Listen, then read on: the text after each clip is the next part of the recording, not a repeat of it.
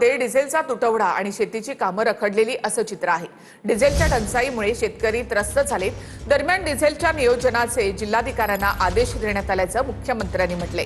ग्रामीण भागामध्ये डिझेलचा पुरवठा पण काही जणांकडून साठेबाजी केली जाते असंही फडणवीसांनी म्हटलं। दरम्यान ग्रामीण भागामध्ये कुठे काय परिस्थिती आहे तेही आपण पाहूया। जळगावच्या धरण गावात पेट्रोल पंप चालकांकडून पेट्रोल घेण्यासाठी आलेल्या शेतकऱ्यांसाठी जेवणाची पंगत ठेवण्यात आली। डिझेल घेण्यासाठी मुक्कामी थांबलेल्या शेतकऱ्यांसाठी पंप चालकानं माणुसकी दाखवली आहे। शेतकऱ्यांना कढी आणि खिचडीची यावेळी मेजवानी देण्यात आली।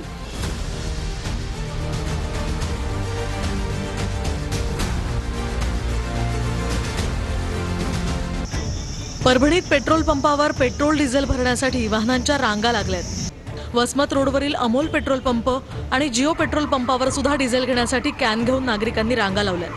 परभणी गंगाखेड रोडवरील पेट्रोल पंपावर मोठ्या टाक्यांमध्ये डिझेल भरतानाचे व्हिडिओ व्हायरल होत आहेत। रांगेतल्या शेतकऱ्यांना डावलून टाक्यांमध्ये डिझेल भरल्याचा आरोप करण्यात आलाय, तर शेतकऱ्यांनी विरोध दर्शवल्यानंतर कन्स्ट्रक्शन कंपनीच्या गाड्या काढण्यात आल्या।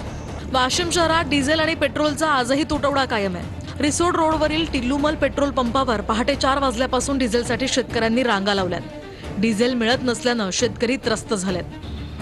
तर लातूर शहरातल्या उषा किरण पंपावर सुद्धा पेट्रोल संपल्यामुळे वितरण बंद करण्यात आलंय।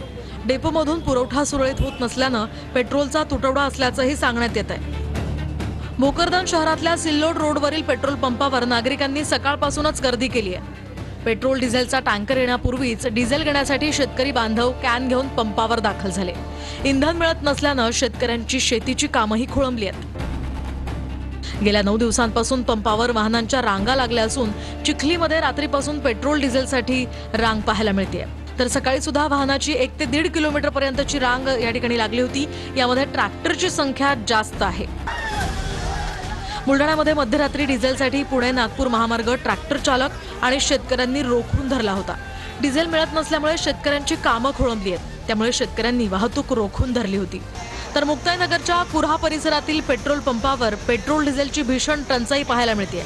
कुऱ्हा काकोडामधील एसआर पेट्रोल पंपावर रांगा लागल्यात। तर दुसरीकडे द्वारका किसान पेट्रोल पंपावर सुद्धा 2 दिवसांपासून पेट्रोल नाहीये। जामनेरमध्ये पेट्रोल डिझेल भरण्यासाठी पेट्रोल पंपावर नागरिकांची गर्दी कायम आहे। सकाळपासूनच मोठमोठे कॅन्स घेऊन नागरिक पेट्रोल पंपावर पोहोचलेत।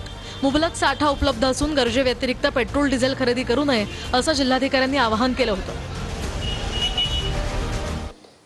डिझेलच्या संदर्भातला थोडा मुद्दा हा ग्रामीण भागांमध्ये आता या ठिकाणी तयार झालाय। सगळ्या जिल्हाधिकाऱ्यांना सूचना दिल्या आहेत, कारण साधारणपणे जो कोटा असतो तो सगळा कोटा मिळतोय, पण अचानक वापरामध्ये 20-25% वाढ ही काही ठिकाणी दिसते। तर याचा अर्थ असा आहे की थोडं साठवणूक किंवा काही लोक अधिकची साठेबाजी करतायत। तर त्या संदर्भात रेशनिंग तर मी म्हणणार नाही, पण नियोजन हे करण्याचे आदेश आपण